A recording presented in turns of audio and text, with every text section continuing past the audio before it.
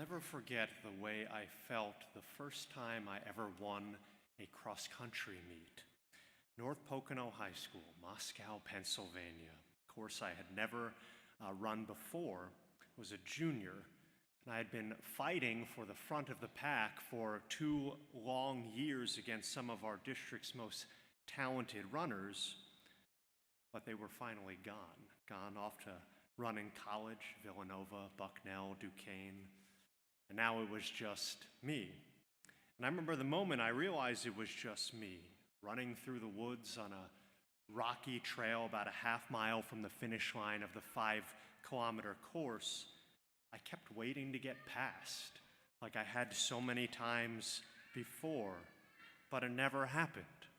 On that day, there were no other challengers, and over the next 2 seasons, my junior and senior year, there would be few other challengers. The first time I crossed the tape at the front of the pack, it felt like a culmination of everything I had worked for in my young life. All the days I woke up early in the morning to run around the trails of the Pocono Mountains in Pennsylvania with my dad. All the Christmases and Thanksgivings when I was doing track workouts before family get-togethers.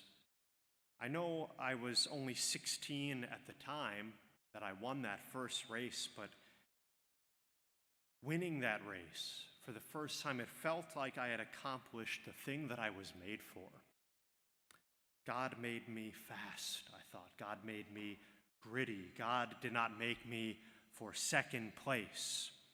And probably a dozen times over the next 2 seasons, I would experience that same thrill of crossing the line first. And I never got tired of it. As a matter of fact, it was just the opposite. I grew more and more restless chasing the next victory. My entire personality became tied to my success on the cross-country course or on the track. And it was great, right? To have my thing. I was Zach the runner. That's how I was known in school. That's how I was known in my neighborhood, where people would see me out running in the rain and the sleet and the snow. And that's how I was known to myself even. That's who I was. Until I went to college and everything changed. St. Francis University, Loretto, Pennsylvania, a Division I program, the second smallest D1 program in the country, but D1 nonetheless. The same program, actually, that had seen one of its former cross-country stars, a young man by the name of Brian Missel, compete in the Beijing Olympics in the marathon the same year that I began school as a freshman. So a really exciting thing for all of us incoming freshman athletes. It was all just kind of a dream come true in my mind. I was on the way, on the path of becoming the next Brian Missel. I was sure of it. But after only 3 cross-country meets, I began to deal with back spasms so excruciating, something I'd never experienced before. Back spasms so excruciating, I could barely walk, much less run. So they started me on a regimen of physical therapy. They were sending me to massage therapists and whatnot. And I got the green light to start running again during our indoor track season. And I made it a few more races before I was sidelined again, and kind of rinse and repeat that process for the rest of the year. Okay, lost freshman year. Thought it's no big deal. A lot of athletes redshirt their freshman year. But then I lost sophomore year too, and then junior year. And by the time I was a senior, I was so dejected and so depressed that I would have quit the team on my own had I not been a scholarship athlete and really didn't have the option to quit. So I quit in my mind. And not only did I quit on myself, but I just quit on everything else, everyone around me. Victory on the track, victory on the cross-country course, had been my entire personality for most of my life. And during my senior year of college, the harsh reality finally hit me. I'm nothing. I'm nothing. And so out of shame, I distanced myself from the people who cared about me, my friends, the girl I had been dating for 4 years. I destroyed so many relationships, became so self-destructive, destroyed these relationships, not because people hated me, but because I hated myself. I believed that I had no identity anymore, no purpose, no mission. I remember very distinctly, spent the last night on that campus, my last night of senior year, with my face in my pillow, just weeping, wondering how everything went so wrong. Okay, so not a happy story per se. I promise you, has a happy ending. That's coming at the end here. I tell all of you this, though, because it is the place that our readings took me today. These were the memories that these readings kind of unearthed in my mind. Listen to what St. James asks us today. He says this: "Where do the wars and where do the conflicts among you come from? He said, not from your passions that make war within your members. You covet, but you do not possess. You kill and envy, but you cannot obtain. You fight, you wage war. You do not possess because you do not ask. You ask, but you do not receive because you ask wrongly, to spend it on your passions." In short, what is he saying? Sum that up. The human heart is restless. The heart is restless. It's passionate. It desires fulfillment. It desires victory.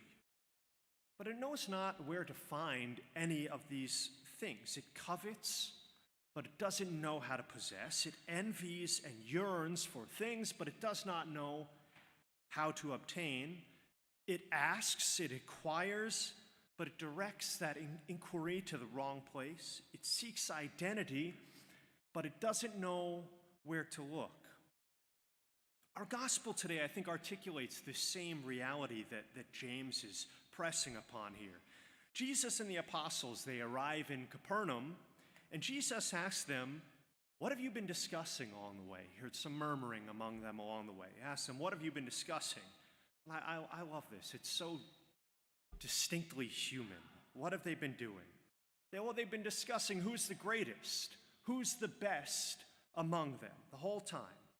The passion, the desire to be the best, the desire for victory, the identity that we build for ourselves in pursuit of fulfillment, in pursuit of winning, in pursuit of achieving. Even the closest followers of Jesus weren't immune to it. They fell into that trap as well. So what does Jesus do in that moment? He realizes what's been happening. He takes a child, he puts it in the midst of the disciples, and he is effectively, he's taking this child and he says to them, "Here is the path. Here's the path to God. Not in whatever you've been arguing about, your pursuit of personal achievement, not in your desire to be the best, but in your embrace of lowliness, your embrace of humility." As a matter of fact, what does Jesus tell his followers immediately before they start arguing about who's the best? He tells them he's going to suffer. He tells them he's going to be crucified.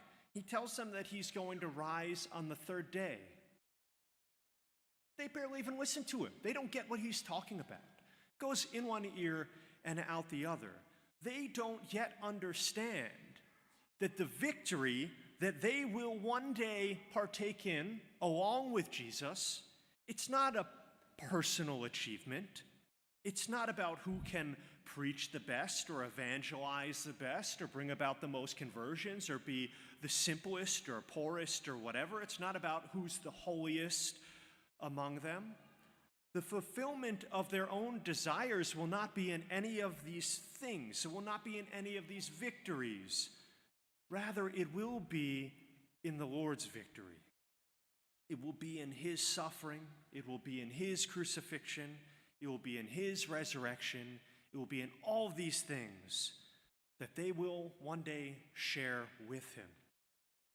It's all about humbling themselves and uniting themselves to Jesus. That is the fulfillment of their desire. That's the true fulfillment of the passion that's in their hearts that causes them to argue amongst themselves. But they just don't know it yet. And most of us just don't know it yet. Just a few weeks ago, we celebrated the memorial feast day of St. Augustine, one of the great thinkers and writers in the history of the church. He's also probably one of the greatest stories in the history of the church. When you think of some of the lives of the saints, he's one of the most fascinating. From womanizer to bishop, from a slave to his passions, to a willing servant of the Lord. And what's his famous line? We all know it. You made us, O Lord, and our hearts are restless. Our hearts are restless until they rest in you. And isn't that the truth? Whether it's a desire to win on the cross-country course, desire to win in the boardroom, a passion to be seen as the smartest or the strongest or the toughest, whether it's a yearning to be seen as the best mother, the perfect father, the perfect brother, sister, friend, we are all restless. We all long for that sense of identity. We all long to find victory in that rising to the top and becoming the best. We all want to find the fulfillment of those passions that God has placed in our hearts. We want to find comfort in becoming that person that we truly believe we were meant to be. But the fulfillment of all desire is not to be found in any of this life's achievements. It's not to be found in any of the identities that we feel will make us happy. Our victory is not to be found in any of our own triumphs. Rather, the fulfillment of all desire is to be found in God alone. The only identity that we ever need is that of being one of his beloved sons and daughters, redeemed by his blood, by his sacrifice. The only victory that will ever mean anything to any of us comes not from our own triumphs, but from the triumph of Jesus over sin and death. And until we realize that, we will be restless. I mentioned my story as a cross-country runner has a happy ending, and it does, but not in the way that you would think. As I get older, as I get busier, as the pounds get harder and harder to keep off, my times on the track have not exactly improved. I'm trending, certainly not in getting faster. But that's not a concern of mine anymore. A little over 4 years ago, on July 11th of 2020, I was ordained a priest on the campus of St. Francis University, that same school where I went to run. Bishop Mark Barczyk, he laid his hands on my head to ordain me in the same gym in which I had met for cross-country and track practice for 4 years. Within my very field of vision, as his hands were on my head, was the entrance to the track and field office, the door that I had walked through countless times to discuss my injuries, my failures, my defeats. But hanging directly above me at that moment of my ordination was a crucifix. It had probably been in that gym for decades, probably since the gym was built, although I had never truly noticed it. That was the first time I noticed it. And on that day, it was a reminder to me, my identity is not in my victory. That victory that I had been chasing, my identity is not in my victory. It's in the Lord's victory. My fulfillment is not in my own sense of identity, but in the identity of being a part of God's family, and now the identity I have as a priest. Once upon a time in my life, I did a lot of losing. But now, praise be to God, all I do is win. And I win because my fulfillment is in Jesus. My identity is in Jesus. And his name, not my own, is victory.